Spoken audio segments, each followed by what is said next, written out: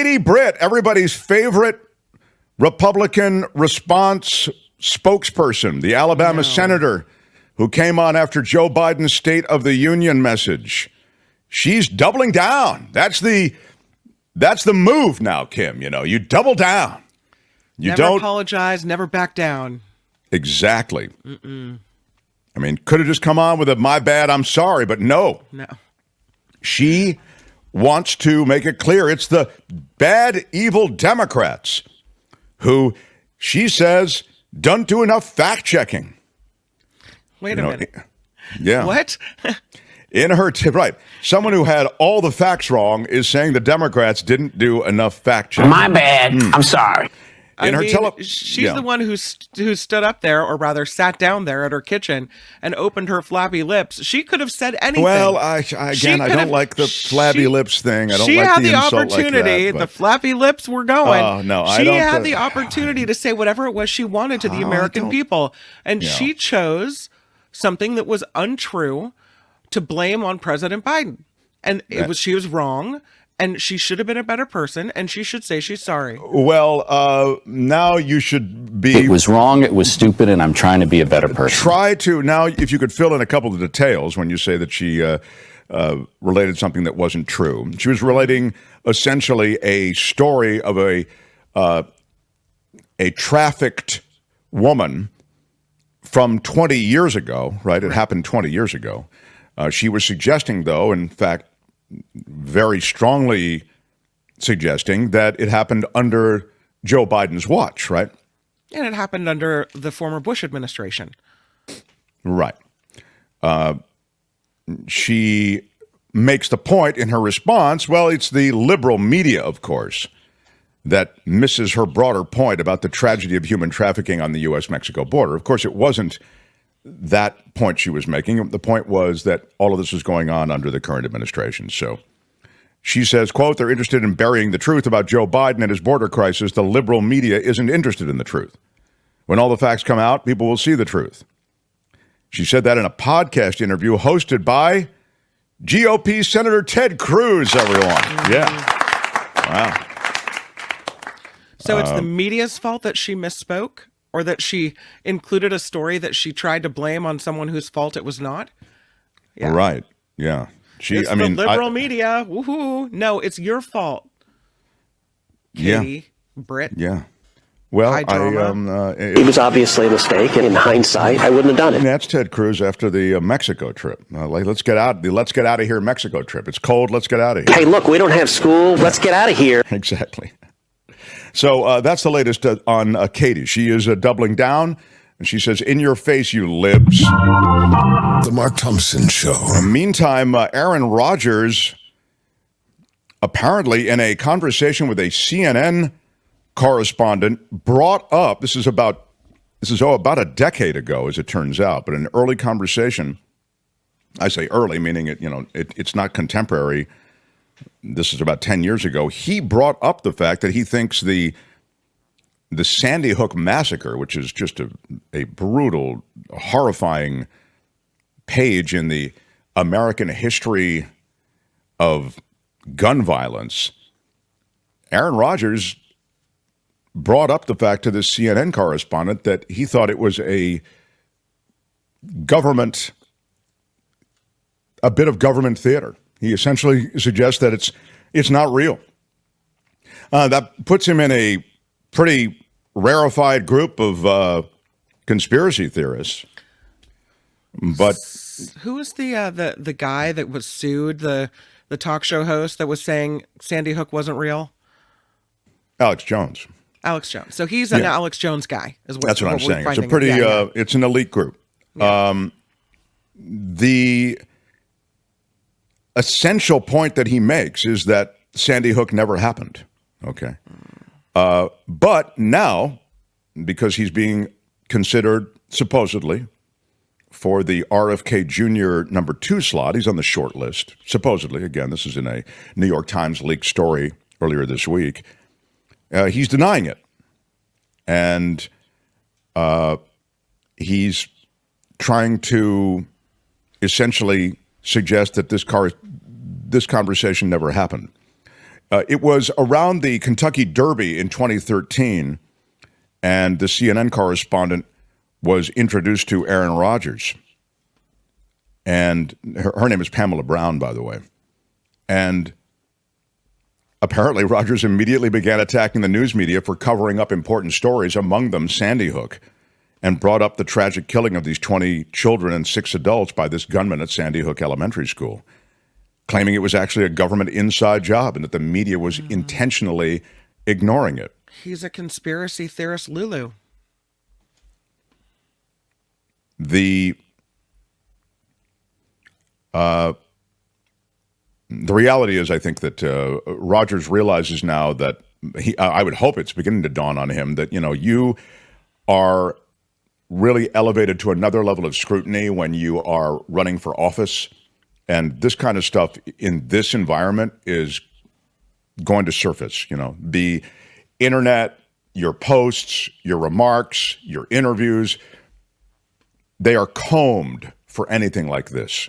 And so now he is realizing this and kind of waffling. He apparently is open to being vice president. And as I said yesterday, I have nothing against an athlete ascending into any kind of position of power in politics if they are well informed and they make good judgments and may have some administrative abilities.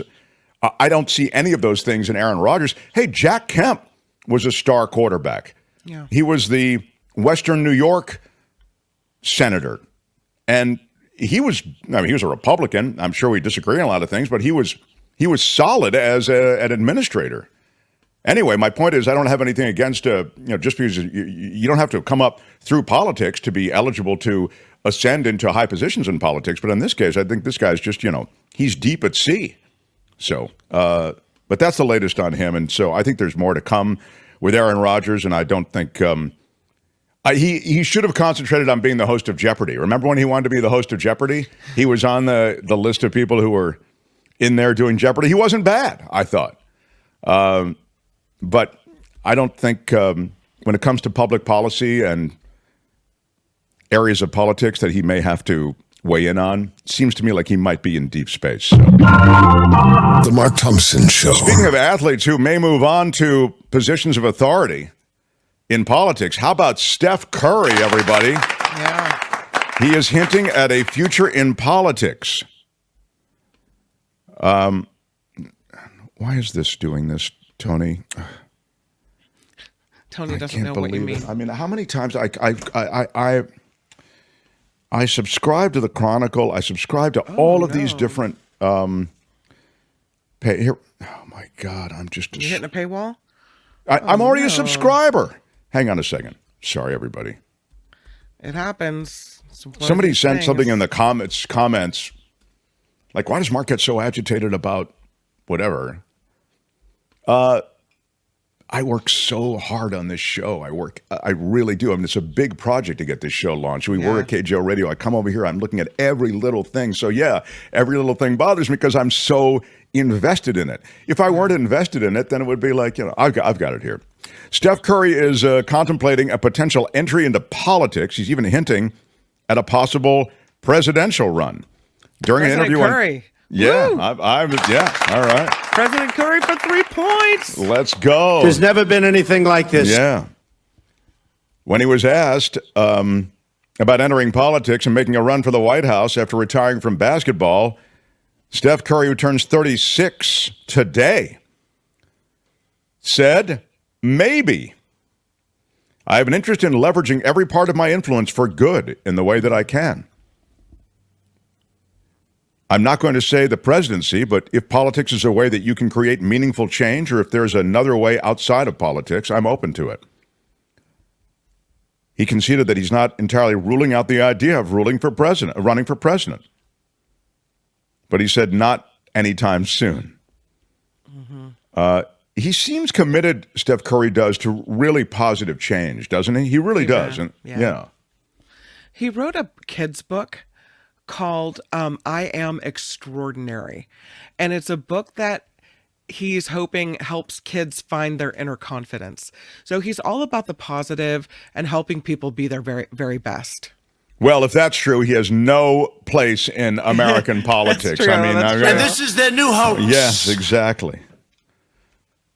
Good luck, Steph Curry. The Mark Thompson Show. Meanwhile, Don Lemon and Elon Musk had a very quick date and breakup. It was all over in like a day. Elon Musk had made a deal with Don Lemon, the former CNN host, for a show that Lemon would have on X, formerly Twitter, right?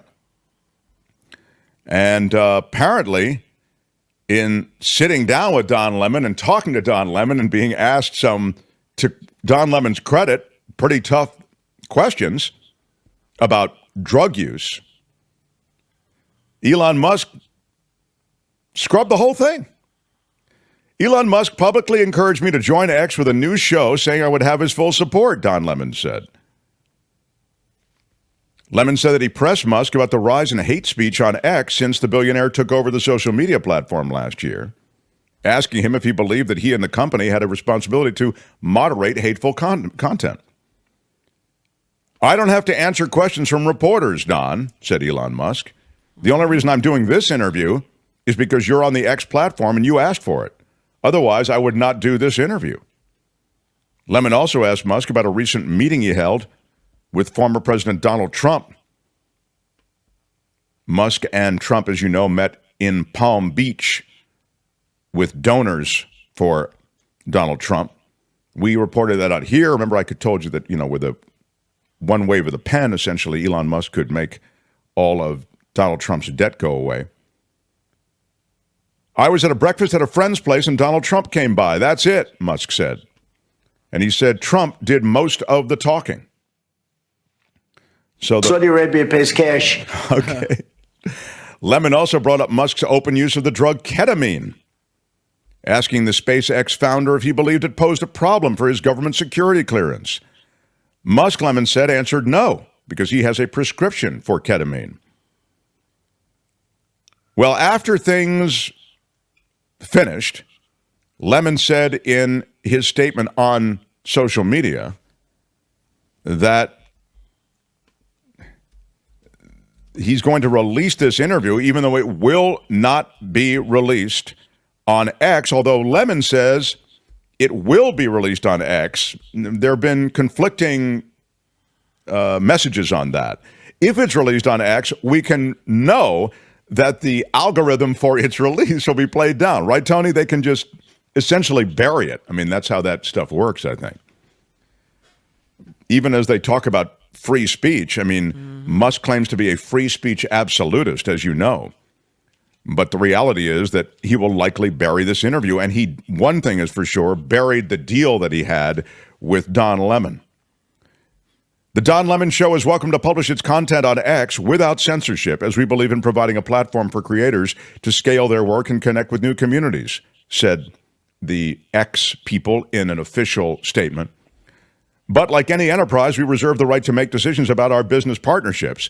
And after careful consideration, X decided not to enter into a commercial partnership with the show. I'm just saying, these free speech absolutists, when the free speech swings around to them, it's kind of a different deal.